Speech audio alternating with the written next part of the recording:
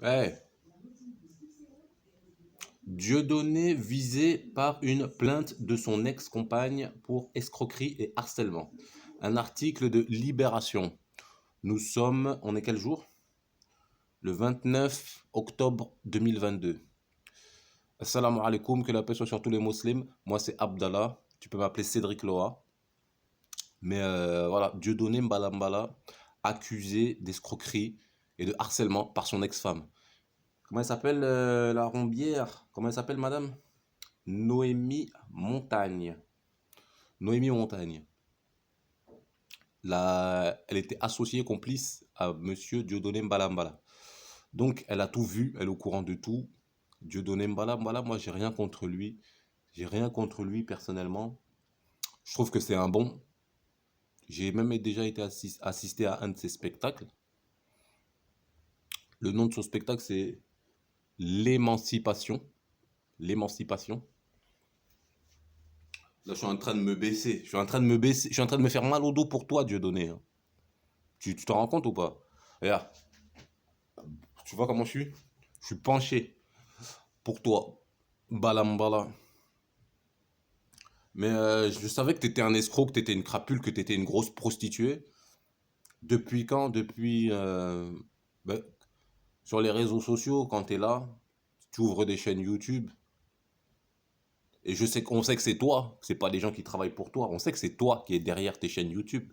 C'est toi qui est derrière tout ça. Et le fait que tu mettes un mur entre toi et ton auditoire, des gens comme moi, tu vois ce que je veux dire? Le fait que tu mettes un mur, ça signifie quelque chose, tu vois? Ça signifie que t'es pas avec nous. Ça signifie que t'es tout seul, en fait. Et moi, ça, j'aime pas ça. Tu vois, tu viens vers nous, tu nous parles, tu nous dis des choses très intéressantes. Je te remercie. On t'a déjà payé, je t'ai déjà payé, je suis venu voir un de tes spectacles. Je trouve ça très bien que tu nous éduques. Je trouve ça très bien. Mais derrière,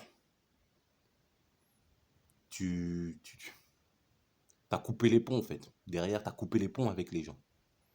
Des gens comme moi, tu vois ce que je veux dire? Je t'ai demandé certaines choses.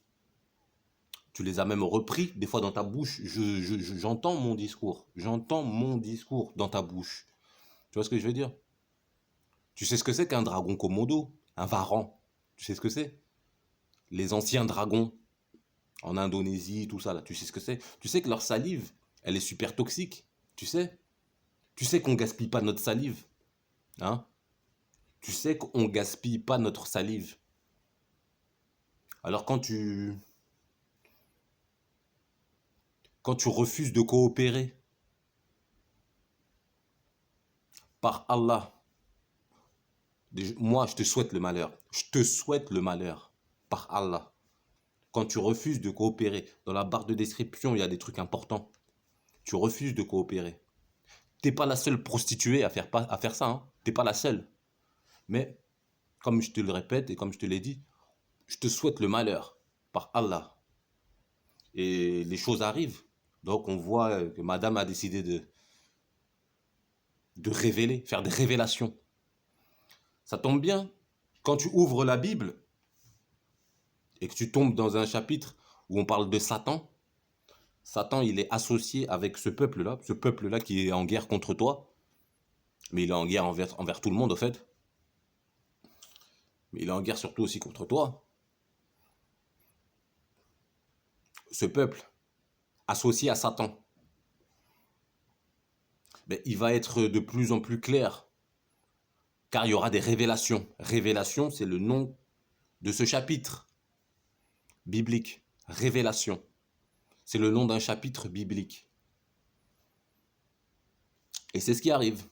Donc Madame Balambala, l'ancienne Balambala, la Madame Noémie Montagne, elle est en train de faire des révélations. Tu vas en prendre plein la gueule. Mais bon, je pense que tu es habitué. Enfin, d'une trahison qui vient de l'intérieur, je pense pas que tu sois habitué. Mais ça va te faire du bien, je pense. Ça va te faire du bien. Grosse dédicace à tous les vrais, que la paix soit sur tous les musulmans. En barre de description, il y a quelque chose d'important. Un bien commun. Le bien commun, tu sais ce que c'est? Le bien commun. Tu sais ce que c'est? Quand tu arrêteras d'être une prostituée, là, comme tous ces youtubeurs influenceurs, fais-moi signe. Diodo Mbala Mbala. Comme je t'ai dit, hein, je suis un de tes grands suiveurs fanatiques. Enfin, fanatique, c'est un grand mot. Mais à une certaine époque, j'étais quand même assez fan, hein, assez fan de toi. Juste avant que je rencontre ton ancien collègue, Ahmed Moalek. Ahmed Moalek, tu te rappelles de lui? Je suis tombé sur une vidéo d'un gars comme ça, Ahmed Moalek, il parle, il a des petits mimiques, il a les mêmes tics, comment dire, les expressions, tout ça, il a les mêmes expressions, le faciès et tout ça, le verbal, les mêmes expressions verbales que Dieudonné Mbala Mbala. Je me rends compte, je me renseigne sur le mec, c'est l'ancien binôme de Dieudonné Mbala Mbala, Ahmed Moalek.